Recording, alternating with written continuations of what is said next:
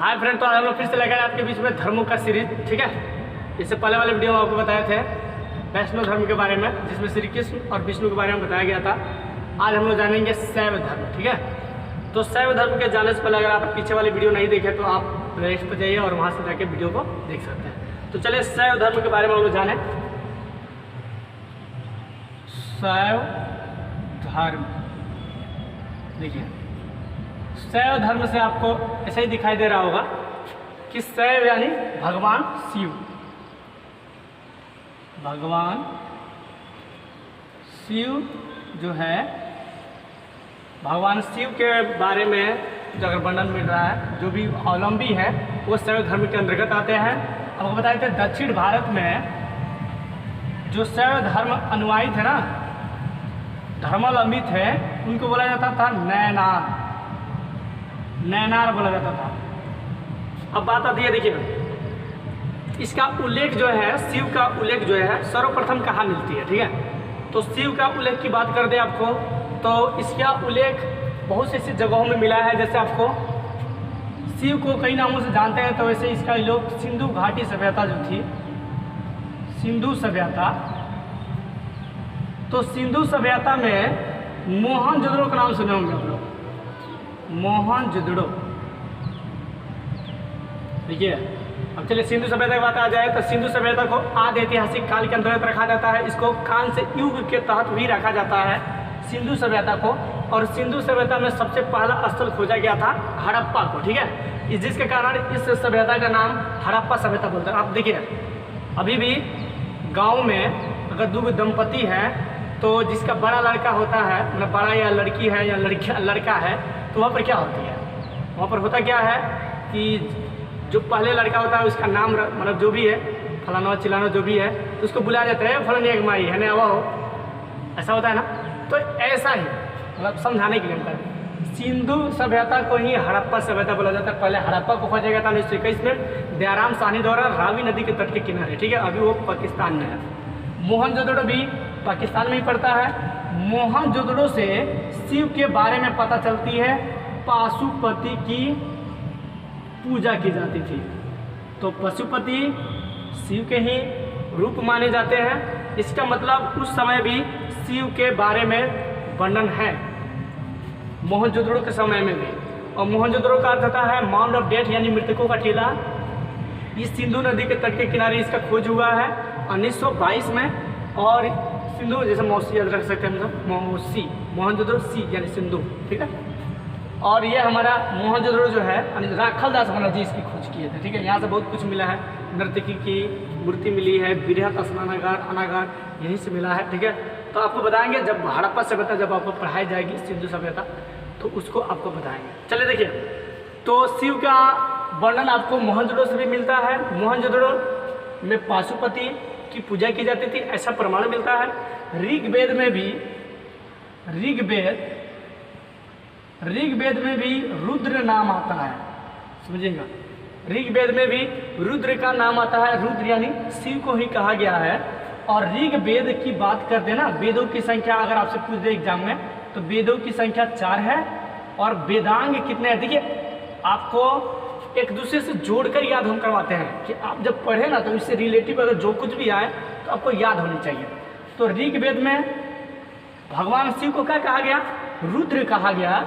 और वेदों की संख्या पूछेगा तो 4 है, लेकिन वेदांगों की संख्या पूछेगा तो 6 है। और ऋग्वेद के पढ़ने वाले ऋषि को बोला जाता है होत्री। क्या बोला जाता है, होत्री। 10 मंडल, 10,462 ऋचा, 228 सूक्त, ये सब पाए जाते हैं ऋग्वेद में। किस मंडल में क्या है डिप्ली बाद में होगा। ठीक है, फिलहाल आप शिव के बारे में समझिए। तो ऋग्वेद में रुद्र कहा गया, यजुर्वेद में शिव शंकर कहा गया। यजुर्वेद में शिव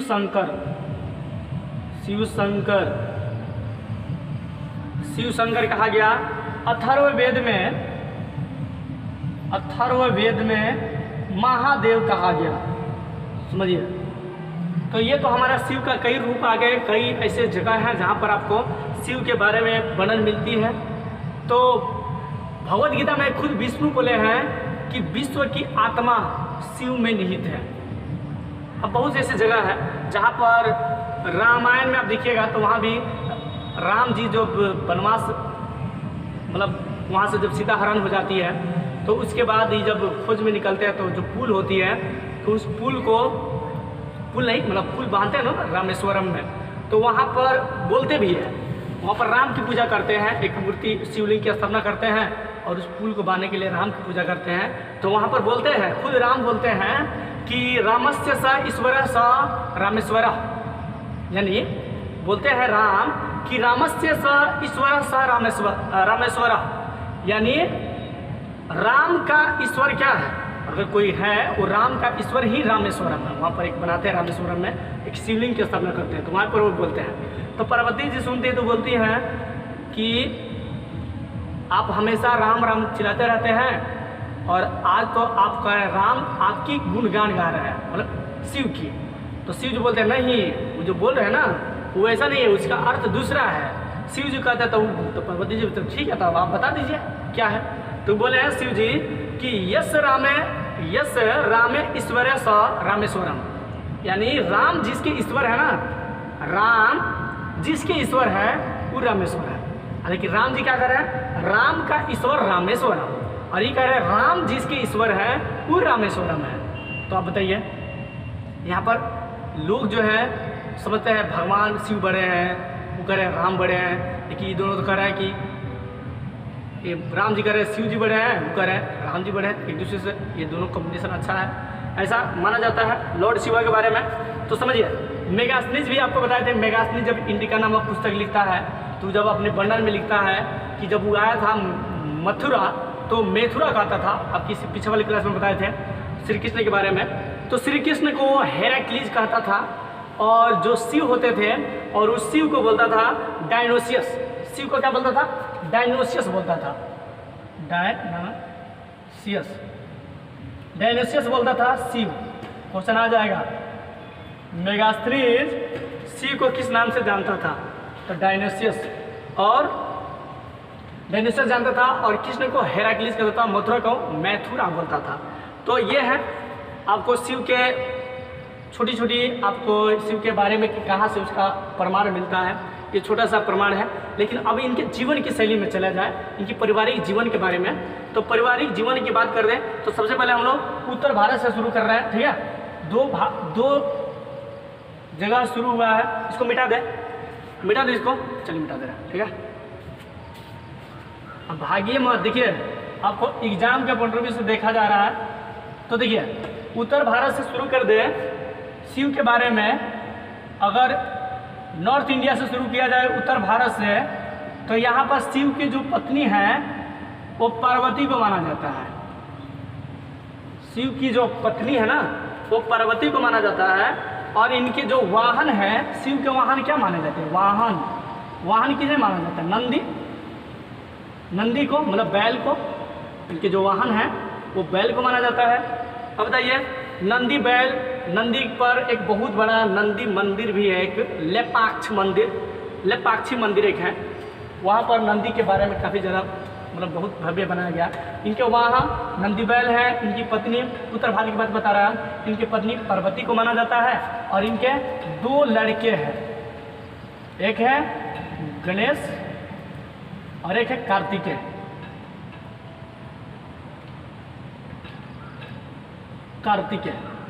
तो गणेश जी और कार्तिकेय जी, तो गणेश जी का आप जानते हैं इनका वाहन क्या था, चूहा था, चूहा लिख सकते हैं, या फिर लिख सकते हैं मूषक लिख सकते हैं, और इनका था मयूर। अब देखिए, गणेश जी को ये वरदान मिला था, शिव जी खुद दिए थे कि अगर मंदिरों में सबसे पहले पूजा की जाए ना तो सबसे पहले आपकी पूजा की जाएगी, मतलब गणेश की पूजा की जाएगी। और इसीलिए कोई भी शुभ काम होती है तो वहाँ पर गणेश की ही पूजा की जाती है। ओम मंगलम भगवान विष्णु मंगलम पुंडरीकाक्षम मंगलाय तनोहरि, सुध सका होकर पूजा पर बैठी, करता है लोग ना। तो ये सब है, तो ऐसे विघ्न हरता देवता के नाम से जाना जाता है, किसी की भी दुख होती है तो उस सब के बारे में ये गणेश जी, मतलब मंदिरों में अगर कोई भी पूजा कर रहे हैं तो श्री गणेशाय नमः लोग करता है, तो गणेश की पूजा की जाती है। सबसे पहले कोई भी देवता की पूजा हो तो सबसे पहले गणेश की पूजा होती है। और एक जगह कहीं कहीं पर यह भी दिया जाता है, बहुत से ऐसे जगहों में गणेश जी के जो कुषाण वंश का हुविषक था, कुषाण वंश का शासक ही कनिष्क था। तो हुविष्क जो था कुषाण वंश का, इतना डीपली बता रहे हैं आप लोग के लिए, बहुत मेहनत करते हैं। बात समझिए, आप लोग के लिए इतना बताने के लिए आपको लुसेंट से बुक अगर दूसरा भी बुक देखे ना आप, तो उतना डीपली नहीं दिया ये सब शैव धर्म के बारे में। तो आपके लिए बहुत मेहनत किया जा रहा है, आप मेहनत का थोड़ा सा कदर कीजिए। आप थोड़ा सा वीडियो व्यूज लाइए और ज़्यादा से ज़्यादा शेयर कीजिए, ठीक है। अगर नहीं भी लगेगा तो कोई बात नहीं, अब हम लोग तो अपना कर्म करेंगे ही। बहुत आप लोगों के लिए मेहनत किया जाता है। चलिए तो ठीक है।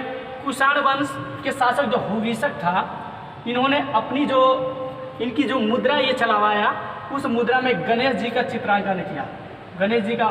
और वहाँ पर गणेश जी के जो धनुर्धारी के रूप में बताया है, धनुर्धारी मतलब जब भी इनके जो भी मतलब धुरावलंबी या फिर इनके मानने वाले चाहने वालों को जब भी दुख हुई है, तो वहाँ पर ये धनुर्धारी यानी योद्धा के रूप में भी दिखाया गया। जबकि हमेशा विघ्नहारता का है ना, अगर जब भी दुख हो रहा है तो वहाँ पर हम लोग क्या करते हैं, गणेश जी का याद करिए, गणेश जी की पूजा करते हैं लोग।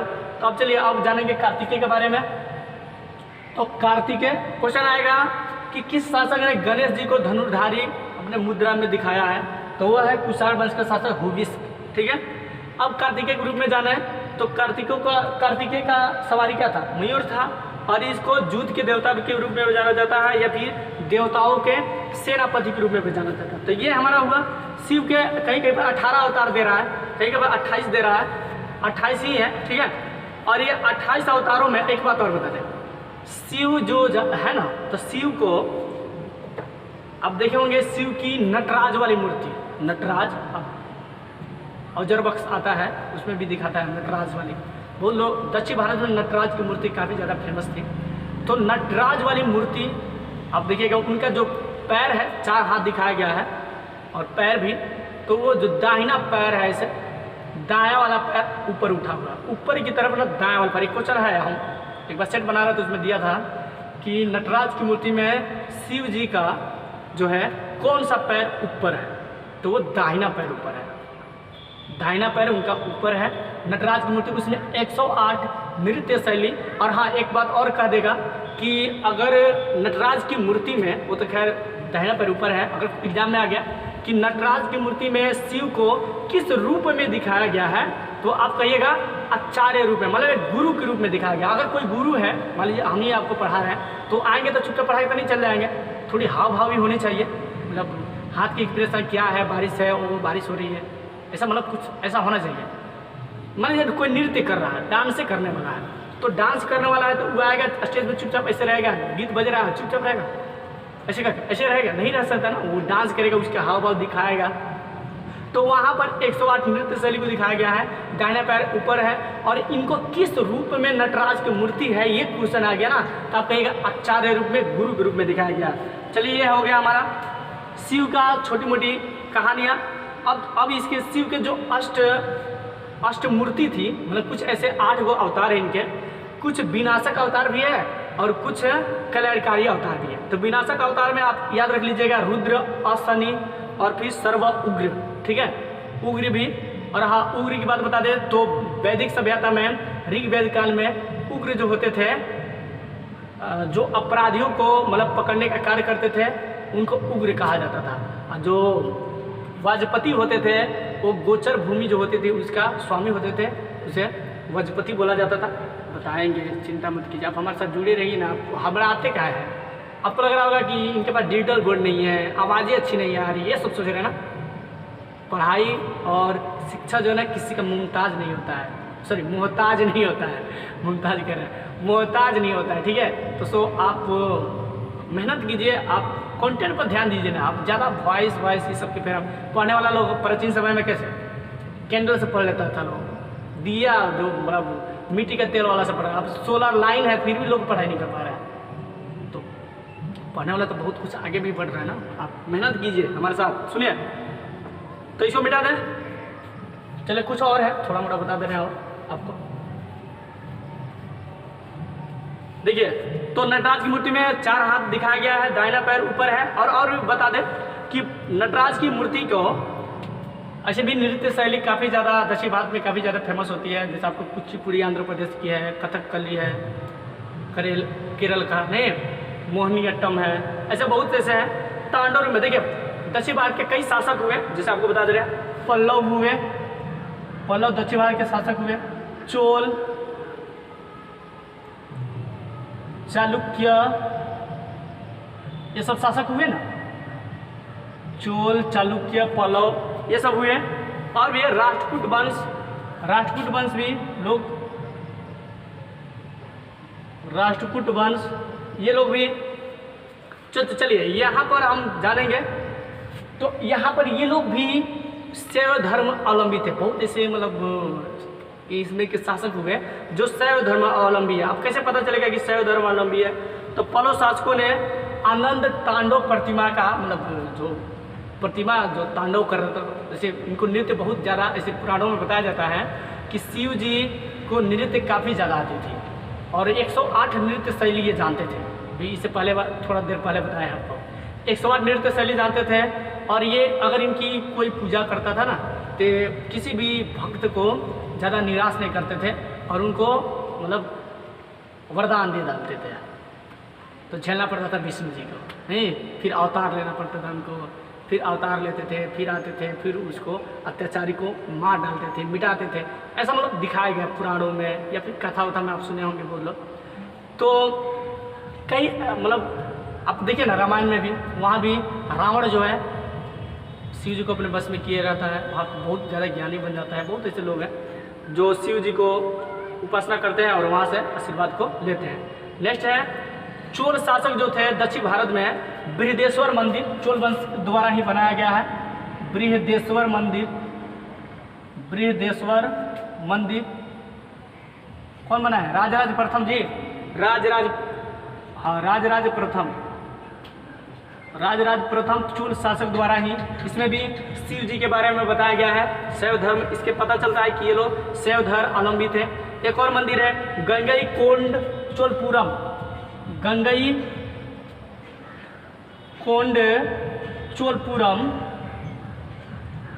चोलपुरम, इनको राजराज प्रथम का जो लड़का था राजेंद्र प्रथम, ये भी चोल शासक द्वारा ही है। तो ये जो राजेंद्र प्रथम था ये बनवाया था दक्षिण भारत में गंगई कोंड चोलपुरम का मंदिर, और बृहदेश्वर का मंदिर राजराज प्रथम चोल वंश के शासक ही बनवाए थे। तो ये हमारे हुए। अब चलिए एक और है, आपको अगर देखा जाए तो एलोरा का मंदिर कल्याण सुंदर प्रतिमा का प्रतीक माना जाता है। एलोरा का आप बहुत लोग सुना होगा एलोरा का मंदिर के बारे में। तो एलोरा का कैलाश मंदिर आप सुने होंगे, एलोरा का कैलाश मंदिर। और हाँ, इनको पर्वत स्वामी भी बोला जाता है, पर्वत स्वामी। इनका कई नाम है, जटाशंकर, शिव शंकर, नीलकंठ, कितना लोग कई नामों से जानता है, जैसे आपको ज़्यादा यही समझना है। एलोरा का कैलाश मंदिर जो कृष्ण प्रथम वही बनवाए थे, राष्ट्रकूट वंश के थे। ये पूछेगा एलोरा का कैलाश मंदिर किस वंशों ने बनवाया, तो आप कहिएगा राष्ट्रकूट वंशों ने। यहाँ पर लिख दे रहे हैं फिर से, राष्ट्रकूट। भले ही उतना फ्रेश नहीं दिखाई दे रहा होगा, लेकिन दिखाई दे रहा होगा, लेकिन आप चाहे तो कॉपी में अगर हमारी आवाज़ सुन रहे हैं तो वीडियो को पॉज कीजिए, रोकिए और फिर थोड़ा सा पढ़ लीजिए। और फिर वहाँ पर जब भी आवाज़ अगर अच्छी से नहीं सुना दे पा रही होगी तो आप थोड़ा कम वॉल्यूम कर लीजिए या ज़्यादा कर लीजिए। और उसके बाद ईयरफोन लगा कर अगर सुन रहे हैं तो और बेटर है। कलम लेकर ही बैठिएगा ना तो आपको एक दूसरे के जोड़ के पढ़िएगा तो ज़्यादा याद होता है। तो चलिए, ये हमारा हुआ एलोरा का कैलाश मंदिर राष्ट्रकूट शासकों द्वारा कृष्ण प्रथम द्वारा बनवाई गई थी। और हाँ, इनका एक और रूप भी दिखाया गया है, अर्धनारीश्वर, जिसमें शिव और पार्वती के बारे में बताया गया है। और अर्धनारीश्वर साथ ही साथ उत्तर भारत में 2 रूप दिखाया गया, अर्धनारीश्वर को भी दिखाया गया है और एक और है हरिहर रूप भी इन्हीं को कहा जाता है, हरिहर इन्हीं को कहा जाता है। तो हरिहर में 2 भगवान को दिखाया गया है, एक आपको विष्णु है और एक आपके शिव है, ठीक है, विष्णु प्लस शिव। और अर्धनारीश्वर में किसे दिखाया गया है? अर्धनारीश्वर में शिव और पार्वती, जो उत्तर भारत में उनकी पत्नी मानी जाती है। तो ये दिखाया गया। अब देखा जाए तो ऋग्वेद में आपको बताया, ऋग्वेद में रुद्र कहा जाता था। ऋग्वेद में बताया ना, ऋग्वेद में क्या कहा जाता था, इनको रुद्र कहा जाता था, और ऋग्वेद के पढ़ने वाले को होत्री कहा जाता था। तो ऐसे देखें तो ऋग्वेद में उतना भगवान शिव का उतना वर्णन नहीं मिलता है। अच्छा, वैदिक काल की बात करते हैं हम लोग, तो वैदिक काल में किसका वर्णन, किस भगवान का ज़्यादा होता है? वैदिक काल में आप देखें तो इंद्र का वर्णन है, वरुण का वर्णन है, और एक और है अग्नि का वर्णन है। अब देखें तो ऋग्वेद में इंद्र के लिए कितना कितना किया गया है? इंद्र के लिए 250, इंद्र 250 बार, और जो अग्नि है, अग्नि के लिए 200, और एक वरुण देवता, ये ना माना जाता है, यानी ये वर्षा के देवता माने जाते थे। तो ये हमारे ऋग्वैदिक काल के देवता हुए। ऋग्वैदिक काल में ये सब इंद्र, अग्नि, वरुण, यहाँ पर शिव की वर्णन तो है नहीं।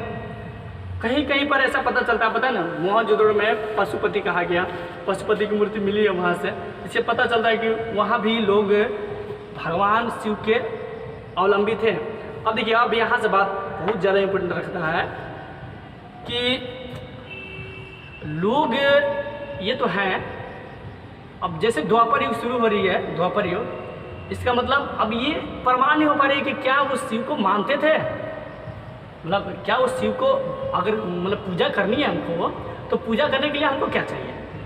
पूजा अगर कोई कर रहा है ना, तो पूजा के लिए उसको क्या, एक भक्त है, भक्त भी तो चाहिए ना उसको। भगवान है ठीक है, लेकिन भक्त चाहिए, तो भक्त तो प्रमाण नहीं आ रहा है। तो भक्त की प्रमाण, या फिर कहीं कहीं पर ऐसे देता है, भक्त का प्रमाण एक श्वेताश्वर उपनिषद था, उसमें पता चलता है भक्तों का सबसे बड़ा वहाँ पर प्रभाव दिखाई देता है। श्वेताश्वर उपनिषद बताए थे आपको। उपनिषदों की संख्या कितनी है? 108 है। हर एक उपनिषद में अपनी अपनी है। जैसे काठो उपनिषद में यम और नचिकेता के बारे में बताया, मुंडको उपनिषद में बताया गया है, मुंडको उपनिषद में गायत्री मंत्र शायद उनके बारे में दिखाया गया है। तो ये चंद्रगुप्त मौर्य के समय में भी, चंद्रगुप्त मौर्य जो चाणक्य था, चाणक्य चंद्रगुप्त मौर्य के शासनकाल में, तो चाणक्य भी शैव धर्मावलंबी था। चंद्रगुप्त मौर्य प्रारंभ में शैव धर्मावलंबी थे। अब कहेंगे सर पिछले तो आप बताए थे पहले कि चंद्रगुप्त मौर्य जो जैन धर्मावलंबी है, आपका बात सही है, जैन धर्मावलंबी है, लेकिन बाद में होता है, उत्तरार्ध मतलब बाद में होती है, लेकिन प्रारंभ में उस शिव को मानता था, लेकिन बाद में जैन धर्म को मानने लगता है। और जो चाणक्य था वो खुद अपनी पुस्तक जो अर्थशास्त्र थी उसमें शिव के बारे में बताए हैं कि पाटलिपुत्र में ना एक मध्य शहर में शिव की आवास होनी चाहिए, ऐसे वो अपने पुस्तक में बताए हैं चाणक्य। इससे पता चलता है कि चंद्रगुप्त मौर्य के समय में भी इनको मतलब दिखाया गया है, शिव के बारे में बताया गया है। और आगे बढ़ते हैं तो गुप्त काल में जो प्रयाग प्रशस्ति थी उसमें हरिसेन जो थे वो भी शैव धर्मावलंबी माने जाते हैं। चंद्रगुप्त मौर्य के जो द्वितीय के मंत्री थे गुप्त काल में, वीरसेन, वो भी शैव धर्मावलंबी माने जाते हैं। तो कई ऐसे शासक हुए जो विदेशी थे, लेकिन फिर भी यहाँ पर आकर यहाँ के धर्म को अपनाए। अब बात आती है कि सर वो तो विदेशी थे, फिर भी यहाँ पर आकर धर्म को क्यों अपनाए? हाँ, ये लॉजिक है। राजनेता लोग भी ऐसे ही करता है, जात पात में लड़वा देगा और हम लोग लड़ेंगे, भाई फलाना पार्टी चिलाना पार्टी लड़ो, ये हमारी पार्टी अच्छी है, ये पार्टी अच्छी है, तो ये मोदी जी अच्छे हैं, नीतीश जी अच्छे हैं, मायावती जी अच्छी हैं। तो ये हम लोग क्या राजनीति, वो तो जानता नहीं आपको, राजनीतिक पार्टी वाले लोग आपको जानेंगे क्या? हम इसके समर्थक हैं, उसके समर्थक हैं। हाँ, जागरूक होना अति आवश्यक है, आप खुद से जागरूक होइए, लेकिन आप दंगे ना करें, आप जागरूक होए। उसी तरह भगवान को लोग भी, भगवान के मानने वाले लोग भी अगर शिव को मान रहा है तो विष्णु को निंदा करने लगा, ये भी गलत बात है। खुद आपको बताया, हम राम जी खुद बोले हैं कि हमारा ईश्वर शिव है, वहाँ पर शिव बोल रहे हैं हमारे ईश्वर राम है, तो वहाँ पर तो कुछ है नहीं। देखिए कुछ चार बात क्या आपको बताया कि हुविष्क जो था गणेश की मूर्ति के बारे में बताया है, और भी साथ ही साथ विष्णु के बारे में बताया है। आगे बढ़े इसका, कालिदास जो थे अभिज्ञान शकुंतलम, कुमार संभवम और रघुवंशम किताब में भी चंद्रगुप्त द्वितीय के दरबार में रहते थे कालिदास गुप्त काल के, तो वो भी अपने पुस्तक में शिव के बारे में बताया गया है। देवगढ़ का दशावतार मंदिर पंचायतन शैली में बनाया गया है और वहाँ पर मुख्य देवता विष्णु को बताया गया है। देवगढ़ का जो मंदिर है दशावतार मंदिर, दशावतार विष्णु के ही दशावतार हुए ना, तो वहाँ पर दशावतार मंदिर के बारे में वहाँ भी पता चलता है। पंचायतन शैली में बहुत से इससे पता चल रहा है कि जो राजा हुए उस समय जो शासक हुए थे, वो लोग शासक खुद का एक राज धर्म नहीं था उनका, मतलब मेरे हिसाब से ऐसा लग रहा है कि ये जितने भी मंत्री थे उनके खुद राजा ऐसा नहीं कहता था कि तुम ये मानो। जैसे मान लीजिए आप चंद्रगुप्त मौर्य खुद शैव धर्म मानता था, लेकिन बाद में जैन धर्म मान लेता है। चाणक्य शैव धर्मावलंबी है। हरिसेन प्रशस्ति, प्रयाग प्रशस्ति, अब चंद्रगुप्त द्वितीय भी अपने कालिदास को ले लीजिए, उनके दरबार में रहते थे, तो ये भी शैव को मानते थे, शैव धर्मावलंबी थे। तो इससे पता चल रहा है कि वहाँ के जितने भी मंत्री लोग थे या जो भी कार्य करता थे, अपने कोई भी धर्म को अगर उनकी इच्छा है तो वो अपना सकते थे, वहाँ भी था। तो ये है हमारे शैव धर्म के बारे में। और भी कुछ अगर छूट रहा होगा, हाँ, शैव धर्म में 4 समुदाय भी हुए। 4 कौन कौन थे जी, ये भी बता दे रहे आपको। 4 संप्रदाय हुए, पाशुपत, कपालिक, सॉरी यहाँ पर लिख रहा है, हमारे नहीं लिख रहा है, पाशुपत, कपालिक, ये क्या है, कालामुख और एक लिंगायत। ठीक है, तो ये हमारे हुए शैव धर्म में ये 4 संप्रदाय हुए। कौन कौन, पाशुपत, कपालिक, कालामुख, लिंगायत। ठीक है, और भी बता दें आपको, इनको भाव, भूपति, पशुपति ये भी कहा गया है। अथर्ववेद में भी शिव का वर्णन मिलता है, आपको बताया था शायद। अथर्ववेद में, ऋग्वेद में रुद्र कहा जाता है। मत्स्य पुराण में भी, मत्स्य पुराण जो आपको बताए थे, सबसे प्राचीन पुराण मत्स्य पुराण में 10 अवतारों के बारे में बताया गया है, और वहाँ पर लिंग पूजा के भी बारे में बताया गया है मत्स्य पुराण में। कई ऐसे हैं, जैसे मान लीजिए कपालिक संप्रदाय के जो भी लोग होते थे ना, उनको इष्ट देव भैरव, मतलब वहाँ पर उनको मानते थे। और इनके जो संप्रदाय के लोग थे वो श्रीशैल नामक स्थान था, वहाँ पर वो लोग मतलब करते थे। तो इतना आपको बताएं शिव के बारे में। आई होप आपको शिव का पूरी तरह से जानकारी हो चुकी होगी। अगर सेशन अच्छा लगे तो कृपया लाइक, शेयर और कमेंट करना ना भूलें। So thank you. Like, share, comment and subscribe this channel please.